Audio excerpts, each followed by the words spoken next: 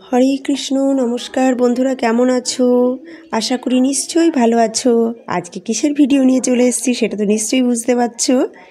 আর বালতির মধ্যে রাখা আছে কিছু সবজির খোসা, ফলের খোসা।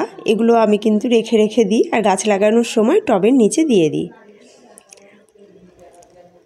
গাছের মধ্যে আমি একটা উপরি পাওনাও পেয়ে গেছি। এটা এক ধরনের ফুলের গাছ, খুব সুন্দর দেখতে হয় এই ফুলগুলো। একটা যে কোনো কুশি হয়তো এর মধ্যে এসে পড়েছিল, তার থেকে এত সুন্দর গাছ আমাকে উপহার দিল। এবার আমি গাছটা বের করে নেব। এটা কি গাছ নিশ্চয়ই বুঝতে পারছো। এটা হচ্ছে একটা বেল ফুল গাছ। গ্রীষ্মকালে আমি প্রচুর ফুল পেয়েছি এর থেকে। তারপর যখন ফুলের সিজন শেষ হয়ে গেল, তখন আমি এর মাথাগুলো ভালো করে ছেঁটে ছোট করে দিয়েছিলাম। তারপর কিন্তু সুন্দর সবুজ পাতা গজিয়ে গেছে। এইবারে এই গোড়া থেকে মাটিগুলো কিন্তু সরিয়ে নেব।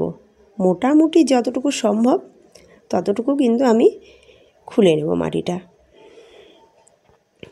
আর বলে রাখি বন্ধুরা, আমার চ্যানেলের ভিডিও যদি ভালো লেগে থাকে অবশ্যই সাবস্ক্রাইব করে পাশে থেকো বন্ধু হয়ে। আর আমার ভিডিও যদি ভালো লেগে থাকে লাইক করতে ভুলো না, আর কমেন্ট তো অবশ্যই করবে। এবারে কিন্তু টবের একদম নিচের অংশে দিয়ে দেব ফলের খোসা, সবজির খোসা। এটা দিই আমি জমিয়ে জমিয়ে রেখে যখনই ফুল গাছ লাগাই।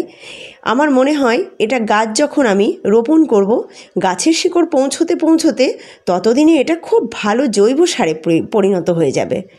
তারপর দিয়ে দিচ্ছি একদম নতুন মাটি। এবারে কিন্তু আমি গাছটা বসিয়ে দেব। গাছটা বসিয়ে দেওয়ার পর টবের মধ্যে থেকে যে মাটিগুলো আমি বের করেছি সেই মাটিগুলো অ্যাড করে দেব, যতটুকু লাগবে।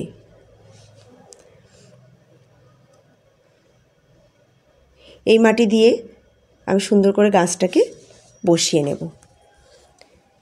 তোমাদের যদি এরকম বেল ফুল গাছ গত বছরের থেকে থাকে তাহলে এরকমভাবে পুনরায় প্রতিস্থাপন করো, খুব সুন্দর ফুল পাবে। হয়ে গেছে গাছটা রোপণ করা। কত সুন্দর লাগছে। আমি মধ্যে মাঝে গাছকে এমনিই স্নান করাই। পাতাগুলো এত সুন্দর সবুজ হয়ে ওঠে, খুব ভালো লাগে দেখতে। এবার গাছের গোড়ায় একটু জল দিয়ে এমন একটা জায়গায় বসাবো যেন সেখানে খুব কড়া রোদ না লাগে অনেকক্ষণ ধরে, কারণ নতুন গাছ রোপণ করলাম। একদিন দুদিন পর থেকে তখন আবার যেরকম রোদ দরকার সেরকমভাবে সারাদিন রোদে বসিয়ে রাখলেও অসুবিধা হবে না। নমস্কার বন্ধুরা, আবার দেখা হবে নতুন ভিডিওতে।